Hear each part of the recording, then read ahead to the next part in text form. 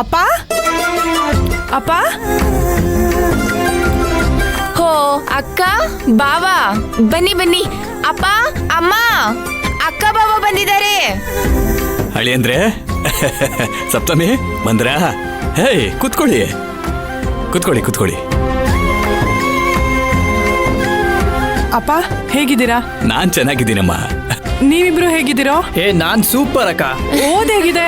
ಓ ಅಕ್ಕ, ಓದು ನಮ್ಮಿಬ್ರಿಗೂ ತೊಂದ್ರೆ ಆಗ್ದಿರೋ ಹಾಗೆ ನಡೀತಾ ಇದೆ ಅಕ್ಕ. ಅಯ್ಯ ತರ್ಲೆ ತಂದು ಇನ್ನು ಇವ್ನಿ ತರ್ಲೆ ಬುದ್ಧಿ ಬಿಟ್ಟಿಲ್ಲ ನೋಡಮ್ಮ. ರೀ ಹೇಳಿ. ಮಾವ, ನನಗೆ ಎಕ್ಸಿಕ್ಯೂಟಿವ್ ಇಂಜಿನಿಯರ್ ಆಗಿ ಪ್ರಮೋಷನ್ ಸಿಕ್ಕಿದೆ. ಅಳಿ ಅಂದ್ರೆ ಎಂತ ಶುಭ ಸುದ್ದಿ ಹೇಳ್ತಾ ಇದ್ದೀರಾ ಅಳಿ ಅಂದ್ರೆ?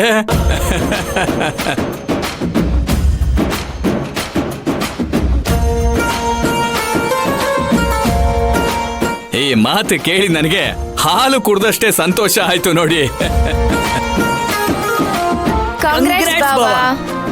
Thank you. ತೊಳಿ ಸ್ವೀಟು, ಎಂಜಾಯ್. ಮತ್ತೆ ತೊಳಿ ಮಾವ, ತೊಳಿ. ಅಯ್ಯೋ ಅಳಿ ಅಂದ್ರೆ ದೇವ್ರು ಒಳ್ಳೇದ್ ಮಾಡ್ಲಿ ಎದ್ದೇಳಿ. ಕುತ್ಕೊಳ್ಳಿ ಕುತ್ಕೊಳ್ಳಿ ಅಳಿ ಅಂದ್ರೆ. ನೀವಿನ್ನೂ ತುಂಬಾ ದೊಡ್ಡ ದೊಡ್ಡ ಹುದ್ದೆಗೆ ಹೋಗ್ಬೇಕು. ಎಲ್ಲರನ್ನೂ ಸಮವಾಗಿ ನೋಡ್ಬೇಕು. ಬಡವರ ಪಾಲಿಗೆ ಆಶಾ ಕಿರಣವಾಗಬೇಕು. ಭ್ರಷ್ಟಾಚಾರಕ್ಕೆ ರಾಮಬಾಣವಾಗಬೇಕು ನೀವು.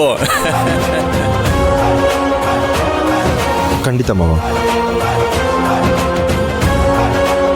ಸಪ್ತಮಿ, ನೀನ್ ಆ ಮನೆ ಕಾಲಿಟ್ಟಿದ್ದೆ ತಡ.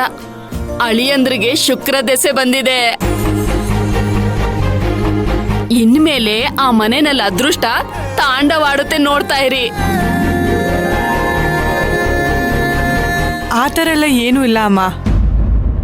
ಇವ್ರ ಪ್ರಾಮಾಣಿಕತೆಗೆ ಪರಿಶ್ರಮಕ್ಕೆ ಸಿಕ್ಕಿರೋ ಪ್ರತಿಫಲ ಇದು. ಸಪ್ತಮಿಯವರೇ, ಅತ್ತೆ ಹೇಳೋದು ಕರೆಕ್ಟಾಗೇ ಇದೆ. ಈ ಶುಕ್ರ ದೆಸೆಗೆ ಕಾರಣನೇ ನೀವು ಒಂಥರ ನನಗೆ ಈ ಲಕ್ಕಿ ಚಾರ್ಮೆ ಗೊತ್ತಾ? ಅಳಿ ಅಂದ್ರೆ ನೀವು ಕಷ್ಟಪಟ್ಟಿದ್ರು ಕೂಡ ನಿಮಗ್ ಸಂದಿರೋ ಎಲ್ಲಾ ಶ್ರೇಯಸ್ಸನ್ನು ಹೆಂಡತಿ ಕೊಡ್ತಾ ಇದ್ದೀರಾ ಅಂತಂದ್ರೆ ನಿಮ್ ಮನ್ಸು ಬಹಳ ದೊಡ್ಡದು ಅಳಿ ಅಂದ್ರೆ. ಸಪ್ತಮಿ, ಅಳಿಯಂದ್ರು ನಿನ್ ಮೇಲೆ ಪ್ರಾಣನೇ ಇಟ್ಕೊಂಡಿದ್ದಾರೆ. ಇಷ್ಟೊಂದು ಪ್ರೀತಿ, ವಿಶ್ವಾಸ, ನಂಬಿಕೆ ಇಟ್ಕೊಂಡಿರೋ ಗಂಡ ಸಿಗ್ಬೇಕು ಅಂದ್ರೆ ಪುಣ್ಯ ಮಾಡಿರ್ಬೇಕು. ಆ ಪುಣ್ಯನ ನಾನ್ ಮಾಡಿಲ್ಲ ಬಿಡು.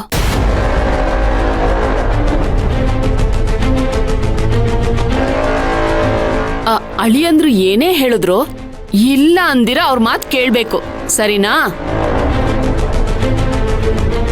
ಅತ್ತೆ, ಸಪ್ತಮಿ ಮೇಲೆ ಎಷ್ಟು ಪ್ರೀತಿ ಇದೆ ಅಂತ ನನಗೆ ಅರ್ಥ ಆಗ್ತಿದೆ. ಆದರೆ ಈ ವಿಷಯ ಸಪ್ತಮಿಗೆ ಅರ್ಥ ಆಗ್ತಿಲ್ಲ ನೋಡಿ.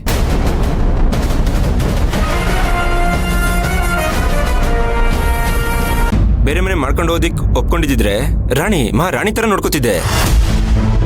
ಆದರೆ ನನ್ನ ಮಾತಿಗೆ ಇವರು ಒಪ್ಕೋತಾನೇ ಇಲ್ಲ.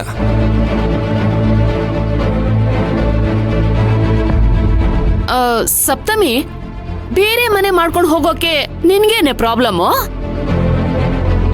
ಆ ಪ್ರಾಬ್ಲಮ್ ಅವಳಿಗೇನು ಇಲ್ಲ, ಅವಳಿಗಿಷ್ಟ ಇಲ್ಲ ಅಷ್ಟೇ. ಅಲ್ಲ ರೀ, ಎಲ್ರೂ ಒಂದೇ ಮನೇಲಿದ್ದು ಯಾಕ್ರಿ ಕಷ್ಟ ಪಡ್ಬೇಕು? ಬೇರೆ ಮನೆ ಮಾಡ್ಕೊಂಡು ಹೋಗ್ಬೋದಲ್ವಾ? ನಿಮ್ ಅಳಿಯಂದ್ರಿಗೆ ಸಪೋರ್ಟ್ ಮಾಡೋದ್ ಬಿಟ್ಟು ನಿಮ್ ಮಗಳ ಮಾತ್ಗೆ ತಾಳಕ್ ತಕ್ಕಂತೆ ಕುಣಿತಾ ಇದ್ದೀರಲ್ಲ, ಇದು ತಪ್ಪಲ್ವಾ?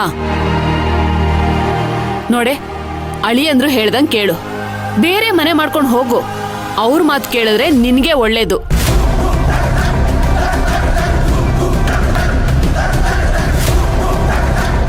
ಅಮ್ಮ, ನನ್ನ ಅಪ್ಪನ ಮಾತಿಗೆ ಯಾವತ್ತೂ ಹಿಂದಿರುಗಿಸ್ ಮಾತಾಡೇ ಇಲ್ಲ. ಆದರೆ ಈ ವಿಷಯದಲ್ಲಿ ನಾನು ಯಾಕೆ ಇಷ್ಟೊಂದು ದೃಢವಾದ ನಿರ್ಧಾರ ಮಾಡಿದ್ದೀನಿ ಅಂತ ನೀವೇ ಅರ್ಥ ಮಾಡ್ಕೊಳ್ಳಿ.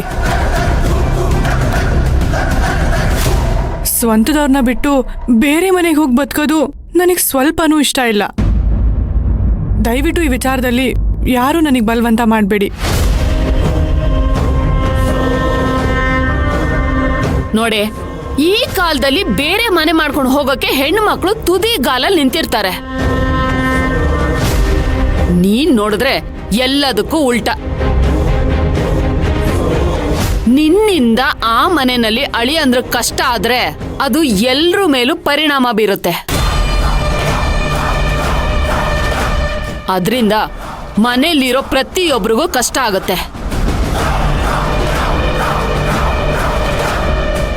ನೋಡು, ಈ ಕಷ್ಟಗಳಿರ್ಬಾರ್ದು ಅಂದ್ರೆ ಬೇರೆ ಮನೆ ಮಾಡ್ಕೊಂಡು ಹೋಗೋದೇ ಒಳ್ಳೇದು. ಏಯ್, ತಾಯಿಯಾಗಿ ಮಗಳಿಗೆ ಇಂಥ ಕೆಟ್ಟ ಕೆಟ್ಟ ವಿಷಯನ ಹೇಳ್ಕೊಡೋದು ಸ್ವಲ್ಪನಾದ್ರೂ ಬುದ್ಧಿ ಬೇಡವೇನೆ ನಿನಗೆ? ಬುದ್ಧಿ ಇರೋದಕ್ಕೆ ಅವಳನ್ನ ಬುದ್ಧಿವಂತೆ ಆಗು ಅಂತ ಹೇಳ್ತಿದ್ದೀನಿ. ಯಾವತ್ತು ಗಂಡ ಹೆಂಡತಿ ಒಂದೇ ದಾರಿಲಿ ಹೋಗ್ಬೇಕು, ಒಂದೇ ನಿರ್ಧಾರನು ತಗೋಬೇಕು. ಎಲ್ಲ ವಿಷಯದಲ್ಲೂ ನಾನೊಂದ್ ನೀನೊಂದ್ ಅಂತ ಆದ್ರೆ ಸಂಸಾರ ಚೆನ್ನಾಗಿ ನಡೆಯುತ್ತಾ? ನೀವೇ ಹೇಳಿ. ಇವಳು ಈ ತರ ಹಠ ಮಾಡಿದ್ರೆ ಅಳಿಯಂದ್ರ ಜೊತೆ ನೆಮ್ಮದಿಯಾಗಿ ಬಾಳಕ್ಕಂತೂ ಆಗಲ್ಲ. ಏಯ್, ಅಪ್ಪ, ಏನೇನಿದು? ಅಪ್ಪ, ಅಪ್ಪ, ಏನೇ ಕೂತ್ಕೊಳ್ಳಿ ಏನೇದು? ಅಪ್ಪ, ಸುಮ್ನೆ ಕೂತ್ಕೊಳ್ಳಿ ಅಪ್ಪ. ಅಲ್ಲಮ್ಮ, ಮಗಳು ಚೆನ್ನಾಗಿ ಬಾಳಿ ಬದುಕ್ಲಿ ಅಂತ ಬಾಯಿ ತುಂಬಾ ಹರ್ಸೋದ್ ಬಿಟ್ಟು ಚೆನ್ನಾಗಿ ಬಾಳಕ್ಕಾಗಲ್ಲ ಅಂತ ಶಾಪ ಹಾಕ್ತಾಳಲ್ಲ ಇವಳು ಇನ್ನೇನು? ಅಪ್ಪ, ಅಮ್ಮ ಅವ್ರ ಒಪಿನಿಯನ್ ಹೇಳ್ತಿದಾರೆ ಅಷ್ಟೇ, ಅದ್ರಲ್ಲಿ ಯಾವ ತಪ್ಪು ಇಲ್ಲ. ನಿಜ ಹೇಳ್ಬೇಕು ಅಂದ್ರೆ ಬೇರೆ ಮನೆಗೆ ಹೋಗ್ಬೇಕಾ ಬೇಡವಾ ಅಂತ ಆಯ್ಕೆ ಮಾಡ್ಬೇಕಾಗಿರೋದು ನಾನು. ಆದ್ರೆ ನನ್ನ ಆಯ್ಕೆ ಯಾವತ್ತೂ ಸ್ವಾರ್ಥ ದೃಷ್ಟಿಯಲ್ಲಿರೋದಿಲ್ಲ. ಬೇರೆ ಮನೆ ಬೇಡ ಅನ್ನೋದು ನನ್ನ ನಿರ್ಧಾರ. ನನ್ನ ನಿರ್ಧಾರ ಯಾವತ್ತೂ ಬದಲಾಗಲ್ಲ.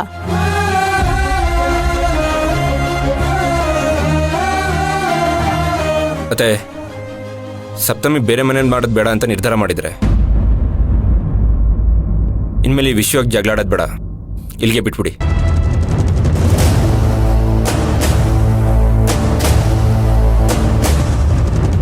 ಸಪ್ತಮಿ, ನಾನು ಬೇರೆ ಮನೆ ಮಾಡ್ಬೇಕಂತ ನಿರ್ಧಾರ ಮಾಡಿದ್ದೆ ನಿಮಗೋಸ್ಕರ. ನಾನೇನಕ್ಕೆ ನಿರ್ಧಾರ ಮಾಡಿದ್ದೆ ಅಂತ ಸದ್ಯದಲ್ಲೇ ನಿಮಗೆ ಗೊತ್ತಾಗೋದು ಬಿಡಿ. ನಿಮ್ಗೂ ಅಷ್ಟೇ, ನನ್ನ ನಿರ್ಧಾರ ಯಾಕೆ ಸರಿ ಇದೆ ಅಂತ ಸದ್ಯದಲ್ಲೇ ಗೊತ್ತಾಗತ್ತೆ. ಕಾದ್ ನೋಡಿ.